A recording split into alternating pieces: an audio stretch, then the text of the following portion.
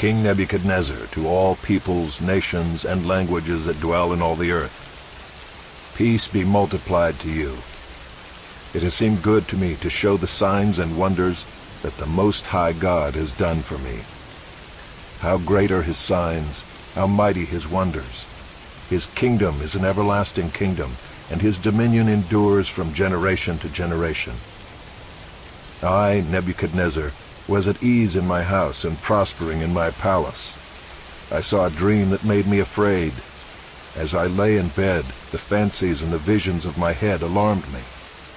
So I made a decree that all the wise men of Babylon should be brought before me, that they might make known to me the interpretation of the dream. Then the magicians, the enchanters, the Chaldeans, and the astrologers came in, and I told them the dream, but they could not make known to me its interpretation. At last Daniel came in before me, he who was named Belteshazzar, after the name of my God, and in whom is the spirit of the holy gods. And I told him the dream, saying, O Belteshazzar, chief of the magicians, because I know that the spirit of the holy gods is in you, and that no mystery is too difficult for you, tell me the visions of my dream that I saw and their interpretation. The visions of my head as I lay in bed were these. I saw, and behold, a tree in the midst of the earth, and its height was great. The tree grew and became strong, and its top reached to heaven, and it was visible to the end of the whole earth. Its leaves were beautiful, and its fruit abundant, and in it was food for all. The beasts of the field found shade under it, and the birds of the heavens lived in its branches, and all flesh was fed from it. I saw in the visions of my head as I lay in bed, and behold, a watcher, a holy one, came down from heaven. He proclaimed aloud and said thus, Chop down the tree and lop off its branches, strip off its leaves and scatter its fruit. Let the beasts flee from under it and the birds from its branches. But leave the stump of its roots in the earth, bound with a band of iron and bronze, amid the tender grass of the field. Let him be wet with the dew of heaven. Let his portion be with the beasts in the grass of the earth. Let his mind be changed from a man's, and let a beast's mind be given to him. And let 7 periods of time pass over him. The sentence is by the decree of the watchers, the decision by the word of the holy ones, to the end that the living may know that the Most High rules the kingdom of men, and gives it to whom he will, and sets over it the lowliest of men. This dream I, King Nebuchadnezzar, saw, and you, O Belteshazzar, tell me the interpretation, because all the wise men of my kingdom are not able to make known to me the interpretation, but you are able, for the spirit of the holy gods is in you. Then Daniel, whose name was Belteshazzar, was dismayed for a while, and his thoughts alarmed him. The king answered and said, Belteshazzar, let not the dream or the interpretation alarm you. Belteshazzar answered and said, My lord, may the dream be for those who hate you, and its interpretation for your enemies. The tree you saw, which grew and became strong, so that its top reached to heaven, and it was visible to the end of the whole earth, whose leaves were beautiful, and its fruit abundant, and in which was food for all, under which beasts of the field found shade, and in whose branches the birds of the heavens lived. It is you, O king, who have grown and become strong. Your greatness has grown and reaches to heaven, and your dominion to the ends of the earth. And because the king saw a watcher, a holy one, coming down from heaven and saying, Chop down the tree and destroy it, but leave the stump of its roots in the earth, bound with a band of iron and bronze, in the tender grass of the field, and let him be wet with the dew of heaven, and let his portion be with the beasts of the field, till 7 periods of time pass over him. This is the interpretation, O king. It is a decree of the Most High, which has come upon my lord the king, that you shall be driven from among men, and your dwelling shall be with the beasts of the field. You shall be made to eat grass like an ox, and you shall be wet with the dew of heaven, and 7 periods of time shall pass over you, till you know that the Most High rules the kingdom of men, and gives it to whom he will. And as it was commanded to leave the stump of the roots of the tree, your kingdom shall be confirmed for you from the time that you know that heaven rules. Therefore, O king, let my counsel be acceptable to you. Break off your sins by practicing righteousness, and your iniquities by showing mercy to the oppressed, that there may perhaps be a lengthening of your prosperity." All this came upon King Nebuchadnezzar. At the end of 12 months he was walking on the roof of the royal palace of Babylon. And the king answered and said, "Is not this great Babylon, which I have built by my mighty power, as a royal residence, and for the glory of my majesty?" While the words were still in the king's mouth, there fell a voice from heaven. "O King Nebuchadnezzar, to you it is spoken. The kingdom has departed from you, and you shall be driven from among men, and your dwelling shall be with the beasts of the field. And you shall be made to eat grass like an ox, and 7 periods of time shall pass over you, until you know that the Most High rules the kingdom of men, and gives it to whom he will." Immediately the word was fulfilled against Nebuchadnezzar. He was driven from among men, and ate grass like an ox, and his body was wet with the dew of heaven, till his hair grew as long as eagle's feathers, and his nails were like birds' claws. At the end of the days, I, Nebuchadnezzar, lifted my eyes to heaven, and my reason returned to me. And I blessed the Most High, and praised and honored him who lives forever. For his dominion is an everlasting dominion, and his kingdom endures from generation to generation. All the inhabitants of the earth are accounted as nothing, and he does according to his will among the host of heaven, and among the inhabitants of the earth. And none can stay his hand, or say to him, "What have you done?" At the same time my reason returned to me, and for the glory of my kingdom my majesty and splendor returned to me. My counselors and my lords sought me, and I was established in my kingdom, and still more greatness was added to me. Now I, Nebuchadnezzar, praise and extol and honor the King of heaven, for all his works are right, and his ways are just, and those who walk in pride he is able to humble. King Belshazzar made a great feast for 1,000 of his lords, and drank wine in front of the 1,000. Belshazzar, when he tasted the wine, commanded that the vessels of gold and of silver that Nebuchadnezzar his father had taken out of the temple in Jerusalem be brought, that the king and his lords, his wives, and his concubines might drink from them. Then they brought in the golden vessels that had been taken out of the temple, the house of God in Jerusalem, and the king and his lords, his wives, and his concubines drank from them. They drank wine and praised the gods of gold and silver, bronze, iron, wood, and stone. Immediately the fingers of a human hand appeared and wrote on the plaster of the wall of the king's palace, opposite the lampstand. And the king saw the hand as it wrote. Then the king's color changed, and his thoughts alarmed him. His limbs gave way, and his knees knocked together.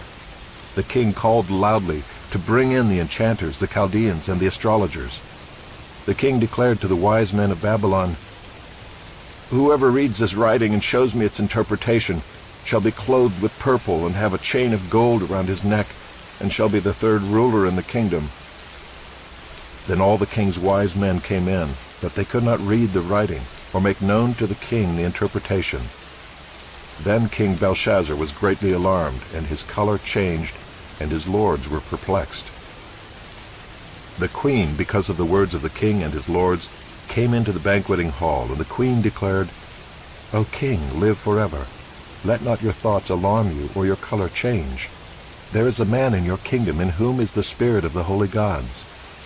In the days of your father, light and understanding and wisdom like the wisdom of the gods were found in him, and King Nebuchadnezzar, your father the king, made him chief of the magicians, enchanters, Chaldeans, and astrologers, because an excellent spirit, knowledge, and understanding to interpret dreams, explain riddles, and solve problems were found in this Daniel, whom the king named Belteshazzar. Now let Daniel be called, and he will show the interpretation." Then Daniel was brought in before the king. The king answered and said to Daniel, "You are that Daniel, one of the exiles of Judah, whom the king my father brought from Judah. I have heard of you that the spirit of the gods is in you, and that light and understanding and excellent wisdom are found in you. Now the wise men, the enchanters, have been brought in before me to read this writing and make known to me its interpretation, but they could not show the interpretation of the matter. But I have heard that you can give interpretations and solve problems. Now if you can read the writing and make known to me its interpretation, you shall be clothed with purple and have a chain of gold around your neck, and shall be the third ruler in the kingdom." Then Daniel answered and said before the king, "Let your gifts be for yourself, and give your rewards to another. Nevertheless I will read the writing to the king, and make known to him the interpretation. O king, the Most High God gave Nebuchadnezzar your father kingship and greatness and glory and majesty. And because of the greatness that he gave him, all peoples, nations, and languages trembled and feared before him. Whom he would, he killed. Whom he would, he kept alive. Whom he would, he raised up. And whom he would, he humbled.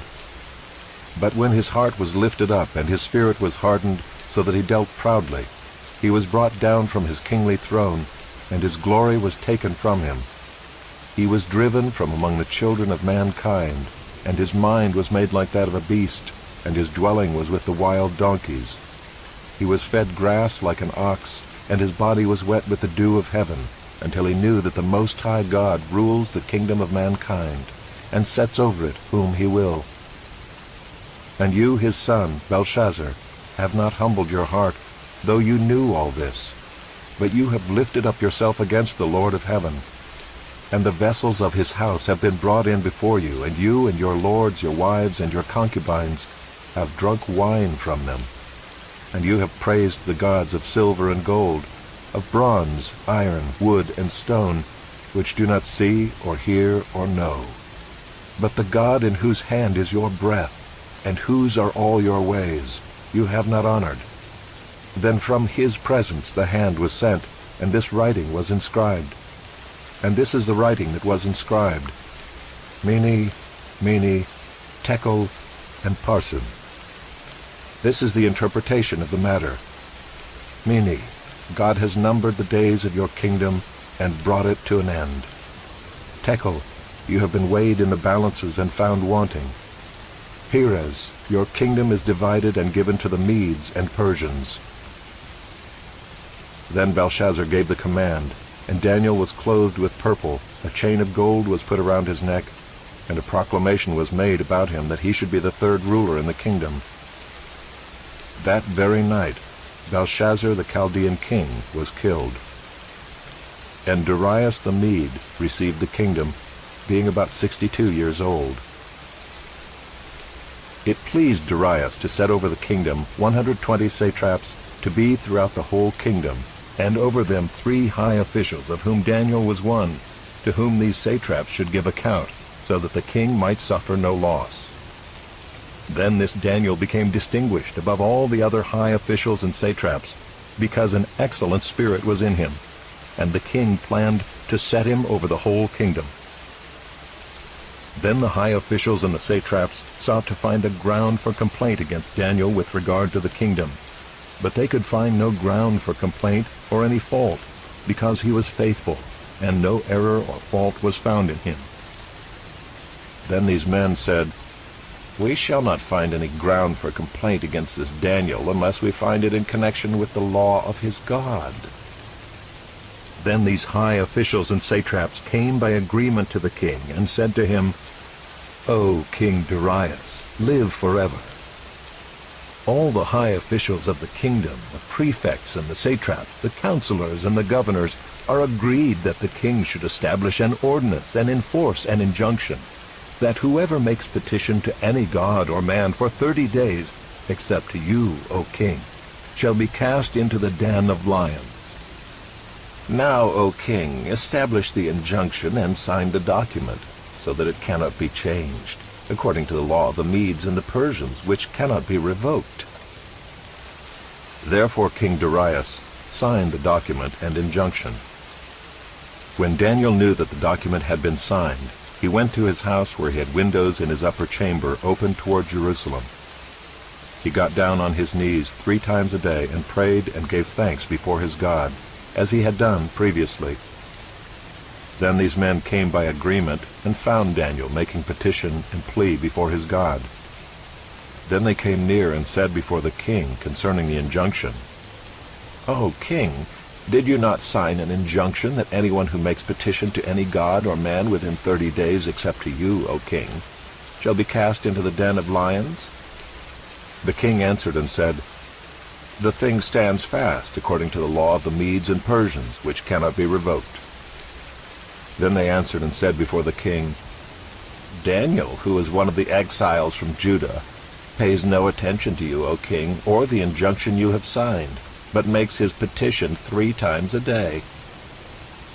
Then the king, when he heard these words, was much distressed, and set his mind to deliver Daniel. And he labored till the sun went down to rescue him. Then these men came by agreement to the king, and said to the king, "Know, O king, that it is a law of the Medes and Persians that no injunction or ordinance that the king establishes can be changed." Then the king commanded, and Daniel was brought and cast into the den of lions. The king declared to Daniel, "May your God, whom you serve continually, deliver you." And a stone was brought and laid on the mouth of the den, and the king sealed it with his own signet, and with the signet of his lords, that nothing might be changed concerning Daniel. Then the king went to his palace, and spent the night fasting. No diversions were brought to him, and sleep fled from him. Then at break of day the king arose and went in haste to the den of lions. As he came near to the den where Daniel was, he cried out in a tone of anguish. The king declared to Daniel, "O Daniel, servant of the living God, has your God, whom you serve continually, been able to deliver you from the lions?" Then Daniel said to the king, "O king, live forever. My God sent his angel and shut the lions' mouths, and they have not harmed me, because I was found blameless before him. And also before you, O king, I have done no harm."